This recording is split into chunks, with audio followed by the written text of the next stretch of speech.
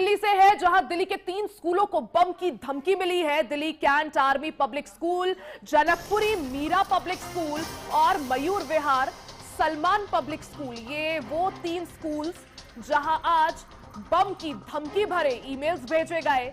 जनकपुरी का Meera public school और मयूर विहार का सलमान पब्लिक स्कूल, दिल्ली के 3 स्कूलों को एक बार फिर से दहलाने की कोशिश की गई है। आज देखिए सोमवार है और सुबह सुबह जब छात्र स्कूल की ओर जा रहे थे तभी ईमेल के जरिए बम से उड़ाने की धमकी, जिसके बाद स्कूल परिसर को खाली कराया गया है। मौके पर पुलिस और डॉग स्क्वाड की टीम, बॉम्ब स्क्वाड की टीम मौजूद है।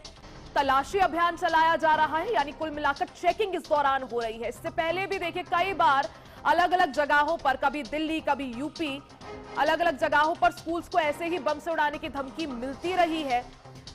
और एक बार फिर से दिल्ली के 3 स्कूलों को बम से उड़ाने की धमकी भरे ईमेल्स मिले हैं। इनमें ये 3 स्कूल शामिल हैं जिनके नाम हम आपको टीवी स्क्रीन पर दिखा रहे हैं। Delhi cantt army public school को यह धमकी मिली है, जनकपुरी के मीरा पब्लिक स्कूल को धमकी मिली है और साथ में मयूर विहार सलमान पब्लिक स्कूल को बम से उड़ाने की धमकी दी गई, जिसके बाद तीनों ही स्कूल परिसर को फिलहाल खाली करा दिया गया है। बच्चों को वापस घर भेज दिया गया है। चेकिंग अभियान चलाया जा रहा है। जगह जगह उन स्कूलों के अंदर चप्पे चप्पे पर इस वक्त चेकिंग चल रही है। कई बार इससे पहले भी स्कूल्स को बम की उड़ाने की धमकी मिलती रही है और हर बार वो हॉक्स कॉल निकला है। राजेश शर्मा हमारे सहयोगी अपडेट के साथ जुड़ गए हैं। राजेश, देखिए कोई पहली बार नहीं है, समय समय पर दिल्ली के कई स्कूलों को निशाना बनाया जाता है और ऐसे ही बम से उड़ाने की धमकी भरे ईमेल्स मिलते हैं। आज एक बार फिर से एक तरफ सोमवार है और एक बार फिर से दिल्ली के 3 स्कूलों को टारगेट किया गया। राजेश जी बिल्कुल, पहले भी लगातार बम की कॉल आ रही थी और आज भी पश्चिमी जिला के मेरा मॉडल में और उसके बाद मयूर विहार, धौलाकुआ, 3 स्कूलों को बम को कॉल मिली थी। और उसके बाद मौके पर dog squad team, fire brigade की टीम, एम्बुलेंस, दिल्ली पुलिस सभी मौके पर पहुंचे और काफी देर। सबसे बड़ी बात यह है कि 8वीं और 9वीं क्लास के बच्चों के पेपर चल रहे हैं और उसके बाद मौके पर जब पेरेंट्स पहुंचे, जैसे सूचना मिली पेरेंट्स पहुंचे और उसके बाद बच्चों के राजेश, क्योंकि देखिए जिस तरह से सुबह सुबह ये बम से उड़ाने के धमकी भरे ईमेल्स भेजे गए, अभी स्कूलों की क्या स्थिति है? क्या स्कूल परिसर को खाली करा दिया गया है? बच्चों को जो है वापस घर लौटा दिया गया है? नहीं, बिल्कुल 8वीं 9वीं के बोर्ड के पेपर चल रहे हैं तो उनके जब चेकिंग कर ली गई है और जब उन्होंने बता दिया गया हॉक्स कॉल थी तो बच्चों के पेपर अभी भी चल रहे हैं और जो पेपर 12 बजे खत्म होने थे वो 2 बजे खत्म होंगे जी, क्योंकि जो स्कूलों की जो बॉम्ब स्क्वाड की टीम आई थी, दिल्ली पुलिस की टीम आई थी, उन्होंने जांच किया और जांच करने के बाद जब कुछ नहीं निकला तो बच्चों के पेपर लगातार जारी है और 2 बजे तक लगातार बच्चों के पेपर होंगे। देखिए क्योंकि राजेश देखिए एक तरफ बोर्ड के एग्जाम्स चल रहे हैं, ऐसे में बच्चे ऑलरेडी काफी तनाव और स्ट्रेस में रहते हैं, पेपर की टेंशन होती है और ऐसे में ऐसी धमकी भरे ईमेल्स आना क्या समझा जाए? क्या बच्चों के एग्जाम्स के साथ खिलवाड़ करने की कोशिश? पुलिस का क्या कुछ कहना है? किसने ये ईमेल्स भेजे? कुछ आईपी एड्रेस ट्रैक हो पाया? जी बिल्कुल, पुलिस जांच में जुटी हुई है क्योंकि ये पहला मामला नहीं है।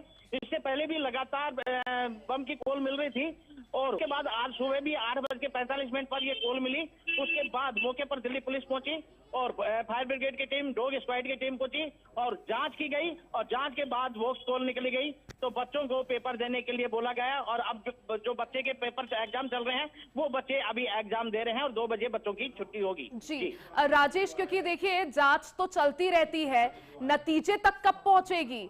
जो बच्चों को परेशान कर रहा है, ऐसे धमकी भरे ईमेल्स भेज रहा है, कब वो शख्स या वो गैंग सलाखों के पीछे?